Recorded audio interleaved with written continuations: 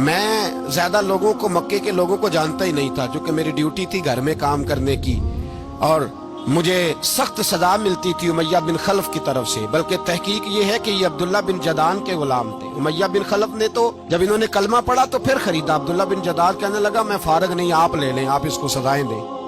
تو کہتے میں ان کے گھر میں ہوتا تھا، تو میں تو زیادہ لوگوں کو جانتا ہی نہیں تھا، کبھی مجھے موقع ہی نہیں ملا تھا باہر نکلنے کا، ہماری غلاموں کی کوئی زندگی نہیں ہوتی تھی۔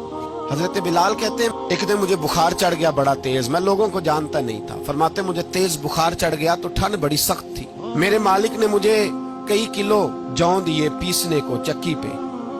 کہتے میں بیمار تھا تو میں نے کچھ دوائی لی جو اس وقت موجود ہوتی تھی، میں نے اوپر لحاف لیا، دودھ پیا تو مجھے نیند آ گئی۔ جب میں سویا تو میرا مالک آ گیا، اس نے آ کر کے مجھے سوئے ہوئے دیکھا تو کھینچ کر کمبل اتارا، رضائی اتاری، لحاف اتارا، کہنے لگا اب تیری سزا یہ ہے کہ تو کھلے میدان میں بیٹھے گا، وہاں چکی پیسے گا، اور دوسری سزا یہ ہے کہ تجھے قمیض پہننے کی بھی اجازت نہیں۔ حضرت بلال کہتے ہیں تیز بخار، ٹھنڈ کا عالم، اور جب میں چکی پیس رہا تھا تو رو رہا تھا۔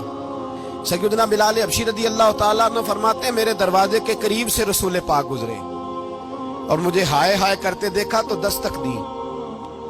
میں نے کہا کون ہے؟ دروازہ کھلے، آ جاؤ۔ محبوب اندر آئے تو پوچھنے لگے کیوں رو رہے ہو؟ میں نے کہا جاؤ اپنا کام کرو، یہاں دکھ سارے پوچھتے ہیں، مداوع کوئی نہیں کرتا، یہاں باتیں سارے سنتے ہیں، یہاں تقریریں سارے کرتے ہیں، حقوق غریباں پر بات سارے کرتے ہیں، مداوع کوئی نہیں کرتا، جاؤ اپنا کام کرو۔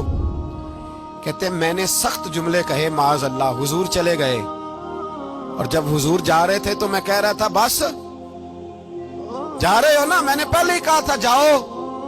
کہتے ہیں قربان جاؤں، تھوڑی دیر گزری تو اللہ کے رسول کے ہاتھ میں گرم دودھ کا پیالہ تھا، کھجوریں تھی، حضور تشریف لائے اور کریم رسول نے مجھے کھجوریں دی، دودھ پلایا اور کہا چل جا کمبل میں بیٹھ جا۔ تو میں نے کہا چکی کون پیسے گا، وہ تو بڑا مارے گا۔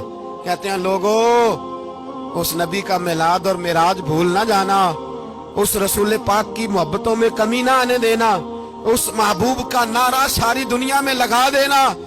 فرماتے ہیں میرے حبیب کے میں قربان جاؤں، مصطفیٰ کریم نے فرمایا تو بیٹھ رضائی میں اور آج تیرے حصے کی چکی میں پیسوں گا۔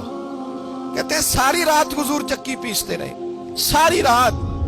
سویرے میں اٹھا اور میرے حبیب پاک نے مجھے وہ سارا کچھ دیا اور خود چلے گئے۔ اگلی رات پھر آئی تو حضور پھر آ گئے، مجھے پھر رضائی میں لٹایا، دودھ پلایا اور ساری رات چکی پیسی۔ کہتے ہیں بس تیسرے دن حضور چکی پیس کے جانے لگے تو میں نے قدم تھام لیے، میں نے کہا حبیبہ دنیا ساری جھوٹ بولتی ہے، زمانہ سارا غلط کہتا ہے، جو غلاموں کے حصے کا کام کرے وہ اللہ کا سچا رسول ہوا کرتا ہے۔